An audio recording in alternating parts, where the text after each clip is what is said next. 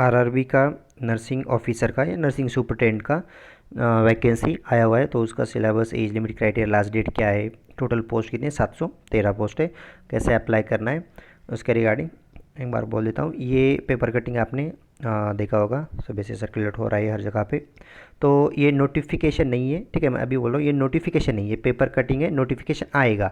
तो नोटिफिकेशन कब आएगा? अप्रोक्स 1 वीक में आएगा, ठीक है, अगले हफ्ते तक नोटिफिकेशन इसका आ जाएगा। तो ये पेपर कटिंग जो है वो किसकी तरफ से है? देखो, government of India ministry, railway recruitment board, मतलब आरआरबी, जो हम शॉर्ट में आरआरबी जो बोलते हैं, रेलवे रिक्रूटमेंट बोर्ड, ठीक है। सेंट्रलाइज्ड एम्प्लॉयड नोटिस 4/2024, अभी ये रिसेंट वाला, ये recruitment of the various post paramedical category, paramedical category का application are invited for eligible candidates for the following post of paramedical categories, ठीक है। नीचे जो दिए है पोस्ट, उसके लिए ऑनलाइन एप्लीकेशन मंगा जा रहा है। Last date for the submission of application is 16/9, जो लास्ट डेट है वो 16 सितंबर है, 16 सितंबर तक आप फॉर्म भरना है। तो स्टार्टिंग डेट का यहाँ पे देखो, यहाँ पे दिखा है ओपनिंग डेट ऑफ एप्लीकेशन 17/8, तो 17/8 से मतलब 17 अगस्त से फॉर्म भरना चालू हो जाएगा। और लास्ट रहेगा closing date of submission application 16 सितंबर, ठीक है, रात के 12 बजे तक। तो 1 महीना टाइम मिलेगा आपको फॉर्म भरने के लिए। तो 1 महीना, 1 महीने में आपको फॉर्म भरना है। Then next, complete all must be submitted online only, ठीक है। तो जो भी प्रोसेस रहेगा पूरा ऑनलाइन रहेगा। फॉर्म फिलअप करना, ये सब ऑनलाइन करना पड़ेगा। तो जब इसका डिटेल नोटिफिकेशन आ जाएगा तब मैं बोल दूंगा। अभी तक तो इसका नोटिफिकेशन है, ये बस पेपर कटिंग है, नोटिफिकेशन उसका अगले हफ्ते तक आ जाएगा, ठीक है। अभी जो आपको दिख रहा है ये पेपर कटिंग में, बस वो देखते क्या क्या इसमें पता चल रहा है। वैकेंसीज, यहाँ पे नेम ऑफ द पोस्ट दिया है, लेवल दिया है पेमेंट का, पे मेडिकल स्टैंडर्ड्स, एज ऑन 1 तारीख को कितना एज चाहिए, 1 जनवरी 2025 तक। देन टोटल वैकेंसीज, ठीक है। अलग अलग पोस्ट का भी है, हम नर्सिंग सुपरटेंडेंट का देखते हैं, डाइटिशियन, ये अलग अलग पोस्ट का है। और अगर कोई अदर कैडर का है पोस्ट का तो वो देख लो। अभी नर्सिंग सुपरटेंडेंट का यहाँ पे देखते हैं। नर्सिंग सुपरटेंडेंट का जो पोस्ट है वही नर्सिंग ऑफिसर का, आरआरबी में उसको नर्सिंग सुपरटेंडेंट बोलते हैं। तो उसका कोई टेंशन नहीं, वही जो भी नर्सिंग कैंडिडेट्स है वो फॉर्म इसको अप्लाई कर सकते हैं। क्राइटेरिया अभी आगे देखेंगे हम, लेकिन उसको नर्सिंग सुपरटेंडेंट ही बोलते हैं आरआरबी में, ओके। देन वही इनिशियल पे 44,900 है। और यहाँ पे देखो इम्पोर्टेंट जो है वो एज, एक एक ठीक है, 1 जनवरी 2025 तक 20 से 43, 20 to 43 तक एज दिया है। तो जो भी कैंडिडेट्स बहुत टाइम से पूछ रहे थे कि सर हमारा एज लिमिट क्रॉस होने वाला है तो हम फॉर्म भर सकते हैं नहीं भर सकते, तो अच्छी न्यूज़ है उनके लिए। 43 तक इसका आरआरबी का एज लिमिट दिया है।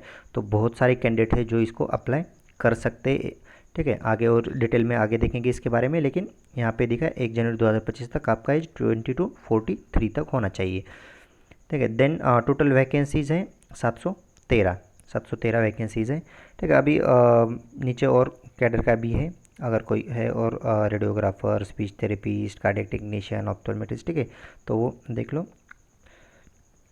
Then next, upper age limit, okay, यहाँ पे देखो upper age limit includes a relaxation of 3 year in age beyond prescribed age limit, ठीक है। एज लिमिट जो दिया है उसके आगे 3 साल का, 3 ईयर का एज रिलैक्सेशन मिलेगा। क्यों मिलेगा?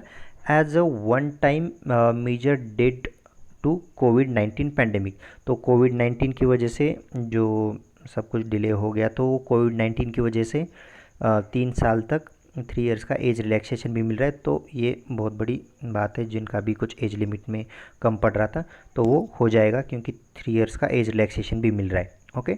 देन नेक्स्ट, एज ऑन 1 जनवरी 2025 तक। फॉर डिटेल प्लीज़ रेफर, ठीक है। अभी तो ये पेपर कटिंग है, यहाँ पे सब कुछ डिटेल में नहीं दिया हुआ है। जब इसका डिटेल में नोटिफिकेशन आएगा अगले हफ्ते में, तो मैं डिटेल में सब कुछ बोल दूंगा कि कैटेगरी वाइज की एज लिमिट क्या है, कौन सी कैटेगरी का क्या रहेगा, ठीक है, क्वालिफिकेशन क्राइटेरिया क्या रहेगा, सब कुछ डिटेल्स में बोल दूंगा अगले हफ्ते में जब नोटिफिकेशन आएगा। तो सारे डाउट्स क्लियर हो जाएंगे, तो ठीक है। लेकिन इतना तो पता चल गया है कि 20 to 43 तक है। तो बहुत सारे कैंडिडेट है जिनका एज लिमिट था और फिर 3 ईयर्स का एज रिलैक्सेशन भी मिल रहा है। तो आराम से बहुत सारे कैंडिडेट्स का इसमें एज लिमिट में बैठ जाएगा, ठीक है। तो जिनका लास्ट अटेम्प्ट या लास्ट चांस था तो आराम से ये बैठ जाएंगे इसमें। Then next standard of medical fitness for detail, ठीक है, ये भी नोटिफिकेशन में पता चल जाएगा जब नोटिफिकेशन आएगा तब। देन ये फिजिकली फिट एस्पेक्ट उनके लिए विजन स्टैंडर्ड्स, ठीक है, अगर कोई है इसमें तो देख लो, ये इतना इंपॉर्टेंट नहीं है, अगर उस कैटेगरी में कोई बैठता है तो बस उनके लिए हो। देन नेक्स्ट इसेंशियल क्वालिफिकेशन, ठीक है, क्वालिफिकेशन क्या रहेगा इसका वो भी देखो, प्लीज़ रेफर नोटिफिकेशन जो ऑफिशियल वेबसाइट पे आएगा आरआरबी के, उसमें ही मेंशन होगा।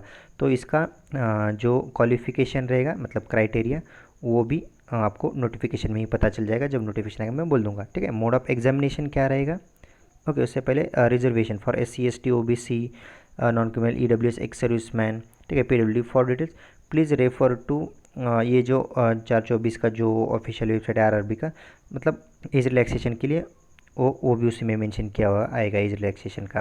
तो नोटिफिकेशन आने के बाद देखते हैं। देन मोड ऑफ एग्जामिनेशन क्या रहेगा, CBT कंप्यूटर बेस्ड टेस्ट, मतलब ऑनलाइन एग्ज़ाम रहेगा। एग्जामिनेशन फ़ीस क्या रहेगा, कैटेगरीज देखो for all candidates except categories mention below at slot 2, मतलब ये नीचे वाला स्लॉट 2 में जो मेंशन किए, out of this fees of RS 500 and amount of 400 shall be refunded duly deducting bank charges on appearing in CBT, ठीक है। ये एक अच्छी बात है जो नॉर्सेट में होता है SC ST कैंडिडेट्स के लिए, जब वो एग्ज़ाम देते हैं तो फीस रिफंड हो जाता है। वैसा ही ओपन कैटेगरीज़ के लिए अगर 500 रुपये फ़ीस है, लेकिन 400 मतलब जो भी बैंक के चार्जेस है वो कट करके आपको वो रिफ़ंड कर दिया जाएगा बाद में। लेकिन वो फ़ीस रिफ़ंड कब होता है, ठीक है, यहाँ पे स्पेसिफिक देखो, ऑन अपेयरिंग इन CBT, जब आप एग्ज़ाम दोगे तो ही फीस रिफंड होएगा। मतलब मैंने नॉर्सेट के टाइम पे भी बोला था SC ST का नॉर्सेट में, ठीक है, SC ST कैंडिडेट्स का वगैरह फीस रिफंड होता है, तो वैसे ही इसका भी फीस रिफंड होता है, आरआरबी दे रहे, लेकिन सिर्फ SC ST नहीं सबको दे रहे, लेकिन वो तब होता है जब आप एग्ज़ाम दोगे। ऐसा नहीं कि आपने जस्ट फॉर्म फिल किया है एग्ज़ाम देने के लिए नहीं गए फीस रिटर्न आ जाएगा, नहीं, जब आप एग्ज़ाम दोगे तभी आपको वो रिफ़ंड मिलेगा, नहीं तो नहीं मिलेगा, ठीक है। लेकिन फ़ीस कितना रहेगा, 500 रुपये। देन जो रिजर्वेशन कैटेगरी है for candidates who belong to SC ST ex serviceman PWD female, ठीक है, transgender minority, economically weaker section, economically backward section EBC, ठीक है, उन सब के लिए कितना रहेगा, 250 रुपीज़, ठीक है, 250 रुपये रहेगा, उनका भी रिफंड हो जाएगा, ठीक है। The fees of 250 shall be refunded duly, वही बैंक चार्जेस वगैरह डिडक्ट करके वो भी रिफंड हो जाएगा, लेकिन कब, सेम जब आप एग्ज़ाम दोगे तब, ठीक है। ये EBC और यहाँ पे उन्होंने स्पेसिफिक मेंशन भी किया है, question of candidate EBC should not be confuse with OBC और EWS, और सेम सेम दिख रहा है तो कन्फ्यूज मत होना, EBC अलग रहता है और OBC अलग रहता है। तो यहाँ पे दिखाया इकोनॉमिकली बैकवर्ड क्लास, ठीक है, वो EBC रहता है और OBC अलग रहता है, EWS अलग रहता है, तो वो ठीक से पढ़ लेना। ओके, देन नेक्स्ट फिर से यहाँ पे नोट में वही मेंशन किया है कि जब एग्ज़ाम दोगे तभी फीस रिफंड मिलेगा, अदरवाइज़ नहीं। देन नेक्स्ट है रिक्रूटमेंट प्रोसेस क्या रहेगा, वही नोटिफिकेशन में पता चल जाएगा, डिटेल में नोटिफिकेशन में ही सब कुछ पता चल जाएगा, जो भी मोस्ट ऑफ द पॉइंट्स हैं। अभी तो जितना है यहाँ पे वही मैं बोल रहा हूँ। हाउ टू अप्लाई वो ऑनलाइन ही, ठीक है, अभी इतना पढ़ने की ज़रूरत नहीं, आप ऑनलाइन ही अप्लाई करना है। देन नेक्स्ट यहाँ पे ऑफिशियल वेबसाइट्स दी हुई है, ठीक है। वैकेंसी जब आएगी नोटिफिकेशन हो तो आपको अपने हर वेबसाइट पे मिलेगा आपको इसका जो भी रहेगा, आरआरबी मुंबई रहेगा या सिलीगुड़ी रहेगा, रांची रहेगा, तो आप ऑफिशियल वेबसाइट पे जाके देख सकते हैं। उसका वैकेंसी का डिस्ट्रीब्यूशन भी आपको वहीं पे पता चल जाएगा कि आरआरबी चलो मुंबई में कितना वैकेंसी है या सिलीगुड़ी में कितना है, रांची में कितना है, तो वो नोटिफिकेशन आया तब डिटेल में पता चल जाएगा। टोटल तो वैकेंसीज मैंने अभी बोला आपको कितना है, 713, यहाँ पे देखा है 713 है, तो डिवाइड कहाँ पे कितना है वो नोटिफिकेशन में पता चल जाएगा। Then next general guidance for submission of online, ठीक है, इसके लिए जनरल गाइडेंस क्या है वो भी नोटिफिकेशन में क्या है। देन एलिजिबिलिटी भी एक बार चेक करना फॉर्म भरने से पहले, वही इंस्ट्रक्शन दिया हुआ है, ठीक है। ये इंपॉर्टेंट नोट ये है जो फर्स्ट है, a candidate can apply to only 1 RRB, ठीक है, ये सबसे इंपॉर्टेंट पॉइंट है, only 1 RRB and on 1 online application has to be submitted.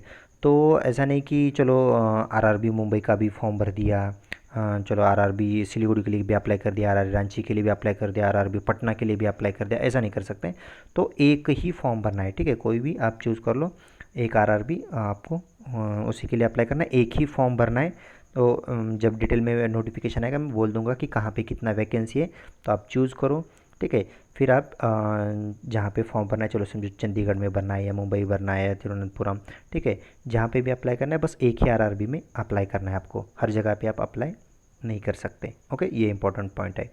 Then next, आपके वही जो डिटेल्स हैं वो संभाल के रखना, बाद में रेफरेंस के लिए आपका फॉर्म वगैरह, email ID, mobile number activate रखना, वही कॉमन इंस्ट्रक्शन है। ओके, तो चलो इसमें अभी तो इतना ही है ये पेपर कटिंग में। इसके आगे जो भी रहेगा डिटेल में मैं जब नोटिफिकेशन आएगा तब मैं इसके रिलेटेड जो भी अपडेट रहेगा मैं आपको बता दूंगा, अगले हफ्ते में आएगा उसका डिटेल में।